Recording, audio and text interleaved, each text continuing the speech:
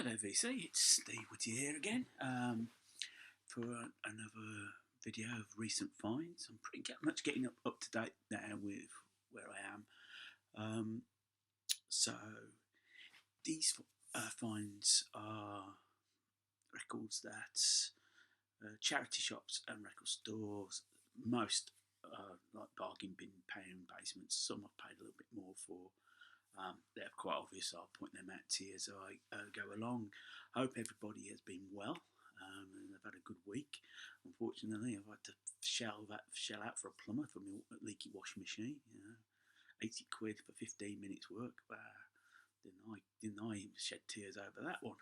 But hey, if I'd have tried it, it'd cost me a lot more, to be honest. So without further ado, let's. I'll show you the singles that I found that I picked up. I'm quite happy with these. First up, and it's not in the. It's in the Polydor bag. It's actually Peter Sellers and his version of Hard Day's Night. Well, it's him doing an impersonation of Laurence Olivier doing Richard III. And this charted. It was a top 20 hit. This got endorsement of the Beatles, particularly John Lennon. It really is good, actually. I was quite surprised I picked that up. The B-side, he does Help, where he plays like a country vicar with a choir boys. He's doing a sermon. Yeah, very good. Peter Sellers, one of the greats of British comedy.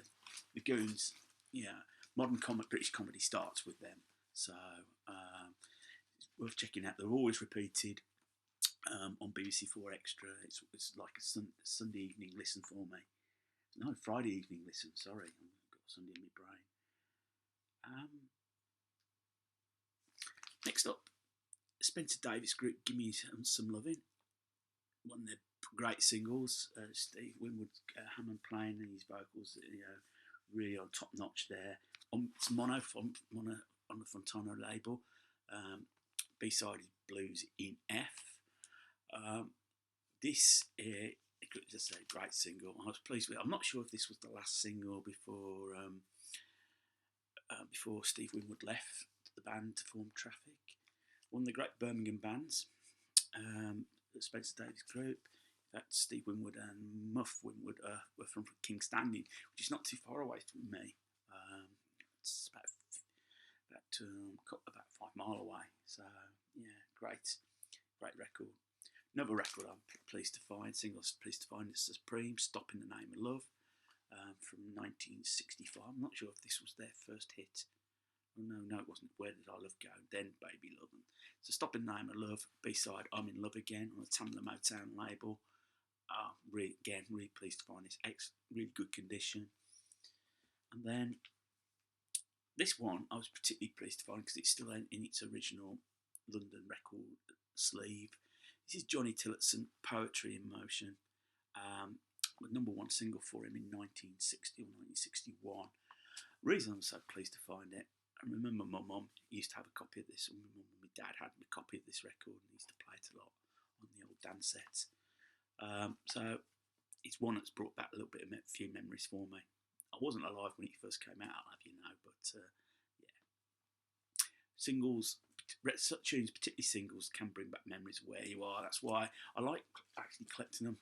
It's not just about LPs. Singles are worth collecting as well.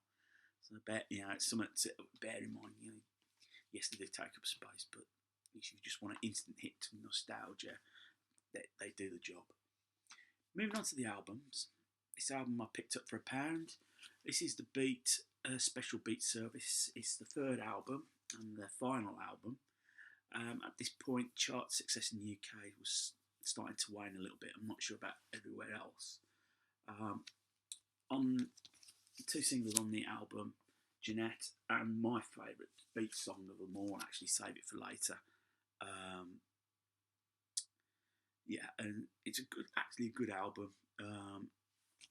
They split up the following year in '83. I think they'd gone as far as they could. As far as they could on looking at it on the Go Feet label, as far as they could. If I remember rightly, who's who. Dave Wakeley and Rankin Rogers formed General Public, who became quite successful in America. David Steele and Randy Cox went off to form the Fine Young Cannibals. Really, it was a shame, but they were a good band. They're a good band, and bring back lots of memories from that period, 79, 80, where, in the early 80s, where I started buying music. Now I've got this out, I can't get this back in. Typical. There we go. I'm not going to pause the video. This is part of the entertainment. There you go.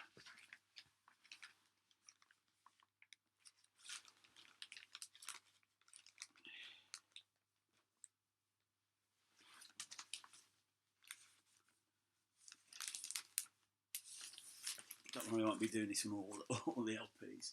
Next one up, another 80s out band. This is China Crisis, Flaunt the Imperfection. It came out in 1985. This was produced by Walter Becker from Steely Dan. I believe it is the third album. They were quite popular in terms. I think they're from Liverpool. Excellent condition vinyl. Two big singles, Black Man Ray and King of the Catholic Style. Excellent. Really good album and really great copy. Plays well. Yeah. This, I think, was their peak commercially. I think they didn't do much more after that. I've got Christian, the single.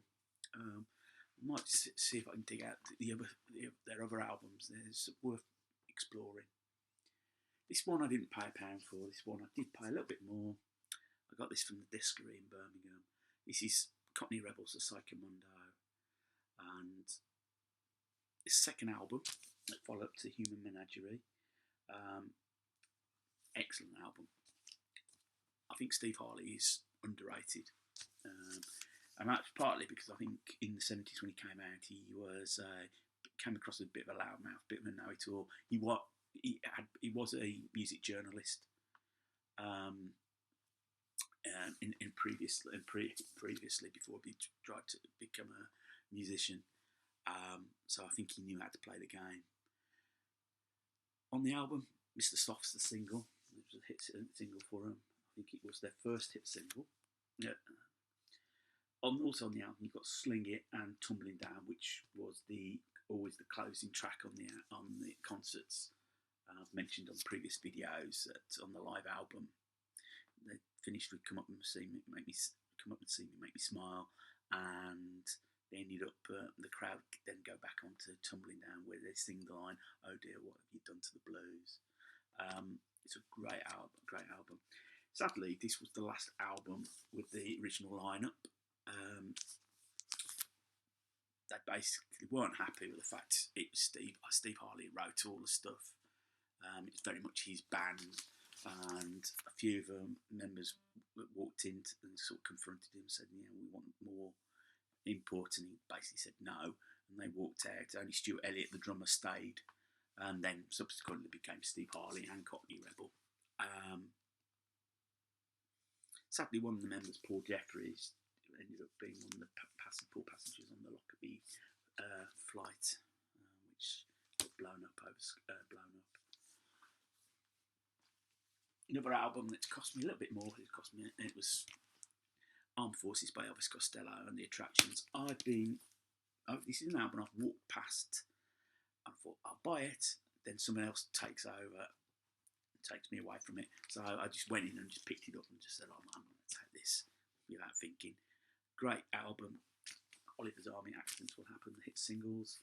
The third album for Elvis Costello on the Radar label. I just think it's absolutely brilliant. Stonking record. I think he was getting to his peak then. I think commercially this was his most successful period. Elvis Costello may have put more artistically pleasing records out, but commercially this is when he was at his most successful. This was definitely a pound buy. The Everly Brothers. This is from on the London label.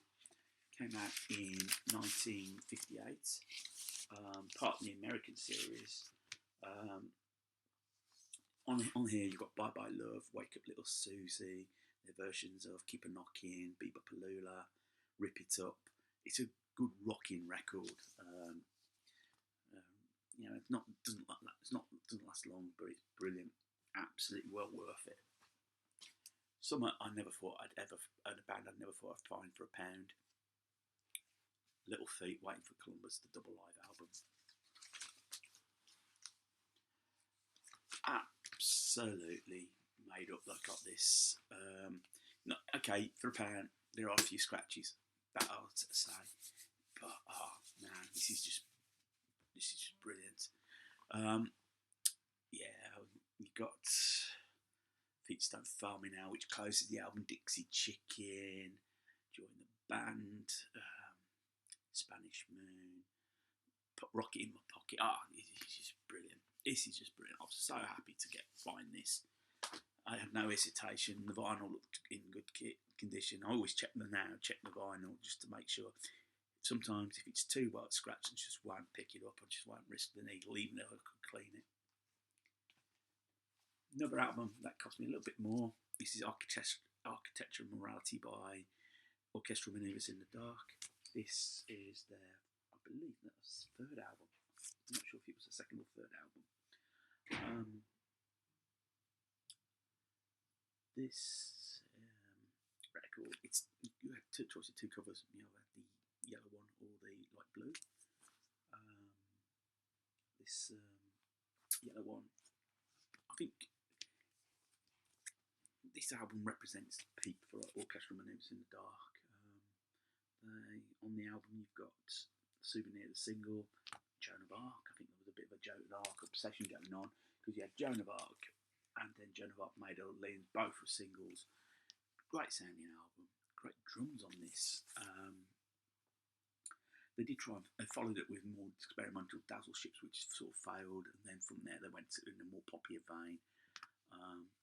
Not really sure if that was the direction they went through, but this is probably their peak, their creative peak. Another album I picked up for £1, double album Sting, Nothing Like the Sun. This was the Brit Award winner for 1988. On here you've got Englishman in New York, Dance Alone, Fragile, do a version of Little Wing, Hendrix Little Wing. This is just absolutely brilliant. I think Sting had finally thrown himself free from the shackles from the police. He didn't have to answer to police. Where Dream of the Blue Turtles, he was still technically a member of the police.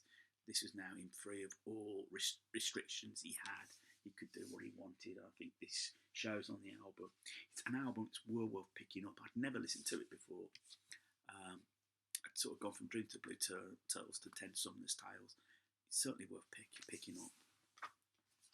Final album, Motown's Chartbusters Volume 6. I've already got 3, 4, 5. Saw this for £1. I thought I'd best have it. And then what's even more surprising, the sleeve is designed and drawn by Roger Dean. So he didn't do just prog rock kids. He did something for Motown as well. I think they were trying to look at a futuristic world. You see a Motown review 2008. With 2016, the world didn't quite look like that. We all had future things, how the world was going to look in the future. So, excellent one on the album. On the album you've got I'm Still Waiting by Diana Ross. We Can Work It Out by Stevie Wonder. Never Can Say Goodbye by Jackson 5. Artie Taylor, Indiana Wants Me. He was a writer for him. I think Ghost in My House and Gotta See Jane. There were his other 2 singles. Just really pleased that Nathan Jones by the Supremes on there. I think this is the best track on the album. Four Top, Simple Game. Yeah, really happy with this. So, VC, that's all my recent finds. So, I hope you all have a good week and you look after yourself. If you like what you've seen, don't forget to write some comments. Thumbs up or thumbs down, whatever it takes your fancy. And if you want to subscribe, hit the subscribe button. I'll subscribe back to you just out of due courtesy. So, until the next video, you take care. Have a good week.